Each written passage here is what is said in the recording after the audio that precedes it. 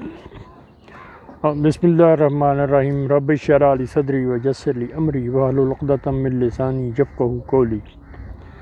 معزز ناظرین السلام علیکم۔ نجیب اللہ نیازی ایک لمبے عرصے کے بعد آپ نے چینل سے آپ کو خوش آمدید کہتا ہے۔ اصل میں غیر حاضری کی وجہ سب سے بڑی یہ ہے کہ میرے بیٹے کا بازو ٹوٹ گیا تھا اور میں ابھی تک ہاسپٹل میں۔ آج میں نے کہا چلو اپنے کرم فرماؤں سے مل لیتا ہوں، چلتے ہیں ولاگ کی طرف۔ تو وہ کیا ہے کہ فانوس بن کے جس کی حفاظت ہوا کرے، وہ شمع کیا بجھے جسے روشن خدا کرے۔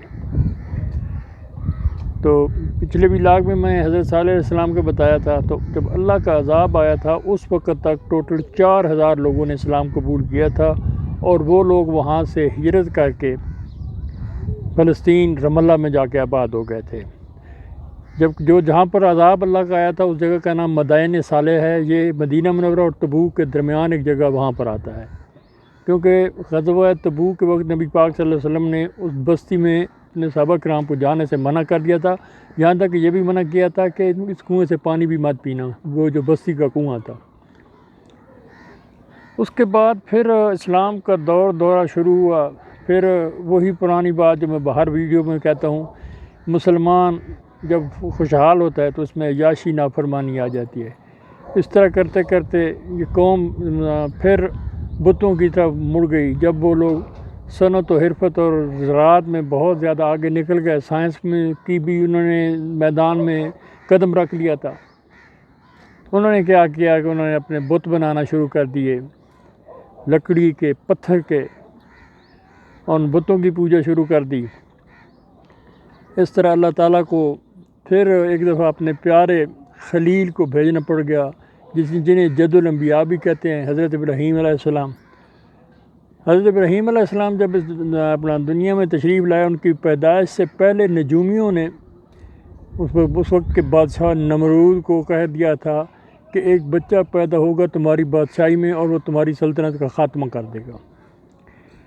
اس طرح نمرود نے کیا کیا کہ وہ فرعون کی طرح، اس کے بعد میں آنے والے فرعون کی طرح اس نے بھی بچے مروانا شروع کر دی، جو پیدا ہونے والا بچہ قتل کر دیا جاتا۔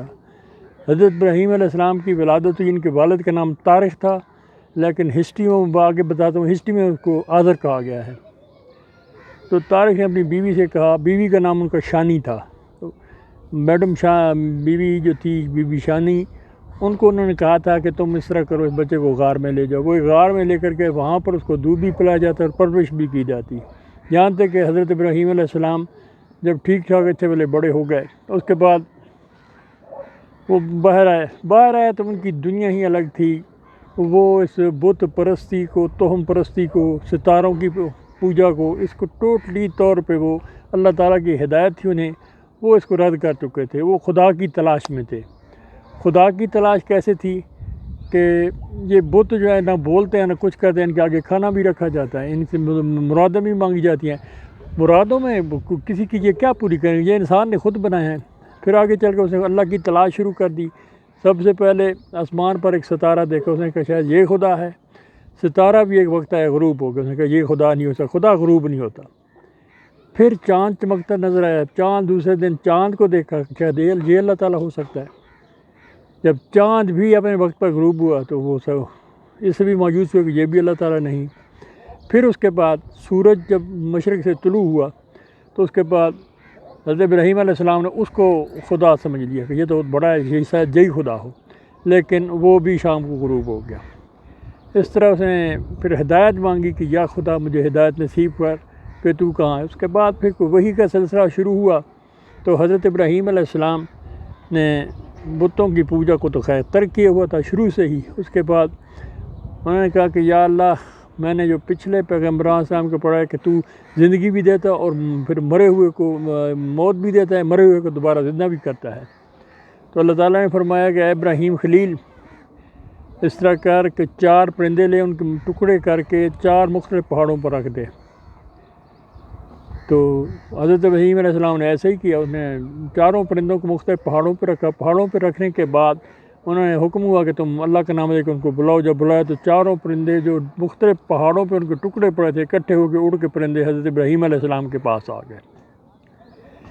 بہرحال انہوں نے سب سے پہلے جو بتوں کی پوجا کے خلاف دعوت حق دی وہ اپنے والد آذر کو دی یا میں بتاؤں کہ ان کا نام سیدھا طارق تھا، لیکن ان کو کوئی کہتا ہے کہ آذر ان کا بھائی تھا، کوئی کہتا ہے ان کا لقب تھا، کوئی کہتا ہے. تو میں اتنا یہاں پہ عرض کر دینا چاہتا ہوں کہ کسی بھی مسلمان بھائی ہمارے کو بہت کم لوگ ہیں جن کو پتہ ہے کہ عبدالغفار نام کا ایک پیغمبر ہو گزرا ہے، لیکن اللہ تعالیٰ نے قرآن پاک میں اس عبدالغفار کا ذکر حضرت نوح علیہ السلام سے کیا ہے. تو ہم نے وہ چیز فالو کرنی ہے جو قرآن پاک میں اللہ تعالیٰ نے فرمائی ہے. تو قرآن پاک میں اللہ تعالیٰ نے حضرت ابراہیم علیہ السلام کے والد کو آذر کہا ہے، لہٰذا ہم بھی انہیں آذر ہی کہیں گے. دوسری بات ایک اور جہاں پہ آپ کی نالج میں اضافہ کرتا چلوں کہ حضرت ابراہیم علیہ السلام وہ جلیل القدر پیغمبر ہیں جن کا 25 صورت مبارکہ میں قرآن پاک کی جو 25 صورت مبارکہ ہیں ان میں 73 دفعہ ان کا ذکر آیا ہے، اور ایک سورہ ابراہیم ان کے نام سے بھی نازل ہوئی ہے. تو انہوں نے اپنے باپ کو اسلام کی دعوت دی. ان کے باپ نے بہت برا بھلا کہا، انہوں نے کہا جی میں تمہیں سنسار کر دوں گا، میں تمہیں اپنے سے علیحدہ کر دوں گا. تو انہوں نے بڑے پیار سے کہا کہ اے میرے باپ، میں تیرا احترام کرتا ہوں، میں پھر بھی اپنے خدا سے تیری بخشش مانگوں گا. اور وہ اپنے باپ کی بخشش مانگتے تھے، جہاں تک کہ جب اللہ کی طرف سے حکم ہے کہ اے ابراہیم مشرکین کے لیے بخشش مجھ سے مت مانگ، تب جا کے وہ خاموش ہوئے. حضرت ابراہیم علیہ السلام کی شادی اپنی چچا کی بیٹی حضرت سیدہ سارہ سلام اللہ علیہ سے ہوئی. تو وہ اب تک جتنی تبلیغ ہوئی اس میں صرف ان کی بیوی حضرت بی بی سلام اللہ سارہ سلام اللہ علیہ اور ان کے بھتیجے حضرت نوح علیہ السلام جو بعد میں پیغمبر، ان کا ذکر بعد میں ہے کہ انہوں نے اسلام قبول کیا تھا. تو ایک دن ایک واقعہ ایسا ہوا کہ ایک عید کا دوسرا دن تھا غالباً. تو وہاں پہ بابل میں حضرت ابراہیم پیدا ہوئے تھے. تو بابل شہر کے باہر ایک میلہ لگتا تھا، غالباً کوئی کبڈی یا کوئی کھیل ہوتے ہوں گے یا کوئی بازار لگتا ہے، کوئی میلہ لگتا ہے. لوگوں نے حضرت ابراہیم علیہ السلام کو دعوت دی. تو انہوں نے یہ کہا کہ یار میرا میلوں میں دل نہیں لگتا، لہٰذا میں نہیں جاتا. تو اس کے بعد پھر جب لوگ سارے چلے گئے تو حضرت ابراہیم علیہ السلام نے کیا کیا، گھر سے کلاڑا لیا اور ان کے بت خانے میں چلے گئے. بتوں کے آگے عید کی وجہ سے کھانے بڑے رنگ برنگے پڑے ہوئے تھے. انہوں نے پھر کلاڑا لے کے سب بتوں کے ٹکڑے ٹکڑے کر دیے. جو ان کا سب سے بڑا بت تھا ان کے کندھے پہ کلاڑا رکھ کے واپس آ گئے. جب یہ لوگ شام کو میلے سے واپس آئے تو بت خانے کی زیارت کرنے گئے تو آگے حالات دیکھے تو حالات ہی بدلے ہوئے تھے. سوچنے لگے یہ کس کا کام ہو سکتا ہے. تو کسی نے کہا کہ یار ایک ہی لڑکا ہے جو پھر رہا ہے جو بتوں کی پوجا سے ہمیں منع کرتا ہے. تو یہ ابراہیم اس کا نام، اس کے کام ہو سکتا ہے. حضرت ابراہیم علیہ السلام کو نمرود جو سب سے بڑا بت پرست بھی تھا اور خدائی دعویٰ بھی کرتا تھا، اس کی عدالت میں پیش کیا. جب اس کی عدالت میں پیش کیا تو کہتا ہے کہ اے ابراہیم یہ تمہیں پتہ ہے ہمارے بتوں کو کس نے توڑا؟ تو حضرت ابراہیم علیہ السلام نے کہا کہ یار تمہارے اتنے بڑے خدا ہیں، ان سے تم منتیں مانگتے ہو، تو ان سے پوچھا ہی، ان سے پوچھ لو نا کہ انہیں کس نے مارا ہے، یا پھر ان کا جو بڑا کھڑا ہے اسے پتہ کرو، اس نے مارا ہوگا ان کو. تو وہ بڑے لاجواب سے شرمندہ ہو کر انہوں نے پھر کہا کہ وہ تو بولتے ہی نہیں ہیں، وہ کیسے ماریں گے؟ انہوں نے کہا جب جو تمہارا خدا بول نہیں سکتا وہ تمہاری فریادیں کہاں سے سنتا ہے؟ تو یہی تو میں تم سمجھانا چاہتا ہوں کہ ان کو چھوڑ دو. تو پھر حضرت ابراہیم علیہ السلام کا نمرود کے ساتھ ایک قسم کا مذاکرہ ہوا. تو نمرود نے کہا کہ ابراہیم تو ہمارے بتوں کی پوجا کر، یہ ان کے خلاف نہ کرو. حضرت ابراہیم علیہ السلام نے کہا کہ ان کی کوئی خوبی تو مجھے بتاؤ. کہ یہ ہمارے خدا ہیں. کہتے ہیں کیسے خدا ہیں؟ جن کو تم لوگ خود بناتے وہ تمہارے خدا کیسے بن گئے؟ تو انہوں نے کہا جی پھر آپ اپنے آپ کو خدا کہتے ہیں، آپ اپنا بتائیں آپ کیا کرتے ہیں؟ کہا جی میں زندگی بھی دیتا ہوں اور موت بھی دیتا ہوں. تو کوئی اس کی مثال دیں. تو انہوں نے 2 قیدی منگوائے نمرود نے، اور ایک کو کہا کہ جی میں تمہیں زندگی دے رہا ہوں، میں تمہیں چھوڑ رہا ہوں. دوسرے کو کہا کہ میں تمہیں موت دے رہا ہوں اور اس کو قتل کر دو. تو اس نے ایک بندہ قتل کر دیا، ایک کو چھوڑ دیا. کہتا یہ کوئی شک ہے تمہیں میری خدائی میں؟ تو حضرت ابراہیم علیہ السلام نے بڑی مدلل بات کی. اس نے کہا تم خدا ہے؟ کہتا ہاں میں خدا ہوں. کہتا ہے اگر خدا ہے تو سورج مشرق سے نکلتا ہے، کل سورج کو مغرب سے طلوع کر کے دکھا، میں مانتا ہوں تمہیں. میں کہتا ہوں کہ یہ سب نظام میرے اللہ کے پاس ہے. تو اس پر نمرود بڑا غصے میں، اس نے کہا تمہیں ہمارے خداؤں کو توڑا، اس کی تمہیں سزا ضرور ملے گی. تو انہوں نے کہا پھر جو مشیران تھے جو بیٹھے تھے منسٹر صاحبان، انہوں نے مشورہ دیا کہ یہ گڑھا کھودو، اس میں بے حساب لکڑی ڈالی جائے اور اس کو آگ لگا کے ابراہیم کو آگ میں پھینکا جائے. حضرت ابراہیم علیہ السلام نے کہا کہ مجھے میرے خدا پہ پکا ایمان ہے، تم لوگوں نے جو کرنا ہے کرو. اس دوران یہ تھا کہ وہ روزی رسان بھی بنا ہوا تھا نمرود، وہ راشن پانی کا جو سارا نظام تھا مخلوق کا وہ اس نے اپنے ہاتھ میں رکھا ہوا تھا۔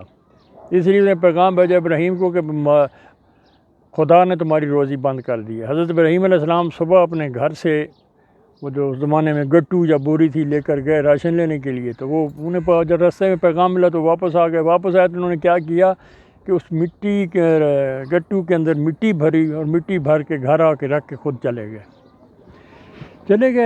شام کو جب واپس آئے تو کھانا بنا ہوا تھا بڑا لذیذ قسم کا، بڑا خوشبو والا۔ تو اس نے بیوی سے پوچھا کہ یہ کہاں سے لیا؟ انہوں نے کہا جو تو راشن آپ لائے تھے وہ راشن کے ساتھ میں نے کھانا پکایا ہے۔ تو ان کا اللہ کی قدرت پر یقین ہوا کہ یہ میرے اللہ نے اس مٹی کو راشن میں تبدیل کر دیا ہے۔ آخر جی حضرت ابراہیم علیہ السلام کو گرفتار کر لیا گیا۔ گرفتار کر کے پھر لکڑی کا مچان تیار کیا گیا، اتنے زور کی آگ جلائی گئی کہ اوپر سے کوئی پرندہ بھی نہیں گزر سکتا تھا۔ یہاں پہ میں 2-3 جانوروں کا ذکر کر دوں جنہوں نے حضرت ابراہیم علیہ السلام کی مخالفت اور حق میں کیا۔ تو ہسٹری میں آتا ہے کہ گرگٹ بھی کہتے ہیں اور چھپکلی بھی کہتے ہیں۔ چھپکلی نے اس آگ کو پھونک ماری تھی کہ آگ اور تیز ہو، اور ہدہد جو پرندہ ہے جس کو پنجابی میں چنجو درخان کہتے ہیں، اس پرندے نے اپنی چونچ میں پانی کا ایک قطرہ لے کر آتا اور اس آگ پر آ کر پھینکتا رہا۔ وقت آ گیا جی حضرت ابراہیم علیہ السلام کو باندھ گیا، ایک چرخی نما منجنیق تھی اس کے ساتھ باندھا گیا، اور اس منجنیق نے پھینکا حضرت ابراہیم علیہ السلام کو۔ ہاں سچ پھینکنے سے پہلے انہوں نے کہا کہ اب بھی وقت ہے، اب آ جاؤ واپس۔ انہوں نے کہا جی میں جانوں اور میرا خدا جانے، تم لوگ کرو جو کچھ کرتے ہو۔ کہتے جی موت ہے، کہتے موت میں قبول کر رہا ہوں۔ انہوں نے ان کو پھینک دیا۔ جب وہ حضرت ابراہیم علیہ السلام کو تھرو کیا گیا تو وہ ہوا میں تھے، تو انہوں نے کہا تھا کہ حسبنا اللہ و نعم الوکیل۔ اس لیے آج ہمارے لیے بھی نبی پاک صلی اللہ علیہ وسلم سے حکم فرما گئے ہیں کہ جب بھی کوئی مصیبت آتی ہے حسبنا اللہ و نعم الوکیل، نعم المولا و نعم النصیر پڑھا کریں۔ تو ہر خوف سے بے نیاز حضرت ابراہیم علیہ السلام آگ میں چھلانگ لگا دی۔ اقبال نے یہی کہا تھا کہ بے خطر کود پڑا آتش نمرود میں عشق، عقل ہے محو تماشائے لب بام ابھی۔ این اسی وقت اللہ تعالیٰ نے آپ کو حکم دیا کہ میرا خلیل، اس کو ذرا سی بھی زیچ نہیں پہنچنی چاہیے، اس کو سلامتی سے آگ ہوگا کہ سلامتی والی بن جائے۔ سلامتی سے مراد یہ ہے کہ اتنی ٹھنڈی نہ ہو کہ میرے خلیل کو سردی لگ جائے، اور اتنی گرم نہ ہو کہ میرا خلیل اس میں جل جائے۔ آگ نے اللہ کا حکم مانا، اور حضرت ابراہیم علیہ السلام اس آگ میں 40 دن رہے۔ وہ آگ اندر سے باغ تھی، باہر دیکھنے والے لوگوں کے لیے آگ تھی۔ تو پھر اقبال نے جواب شکمہ میں فرمایا ہے کہ آج بھی ہو جو ابراہیم کا ایمان پیدا، آگ کر سکتی ہے انداز گلستان پیدا۔ تو محترم ناظرین، یہاں تک ویلاگ کا پہلا حصہ میں ختم کرتا ہوں، اور اگلے حصے میں حضرت ابراہیم علیہ السلام کی ہجرت، حضرت اسماعیل علیہ السلام بی بی ہاجرہ سے شادی، کہ حضرت اسماعیل علیہ السلام کی پیدائش اور مکہ میں ان کو چھوڑنا اور خانہ کعبہ کی تعمیر، یہ اگلے ویلاگ میں آپ کو شیئر کروں گا۔ تب تک کے لیے اجازت۔ اللہ تعالیٰ آپ کو صراط مستقیم کے چلنے کی توفیق عطا فرمائے۔ السلام علیکم۔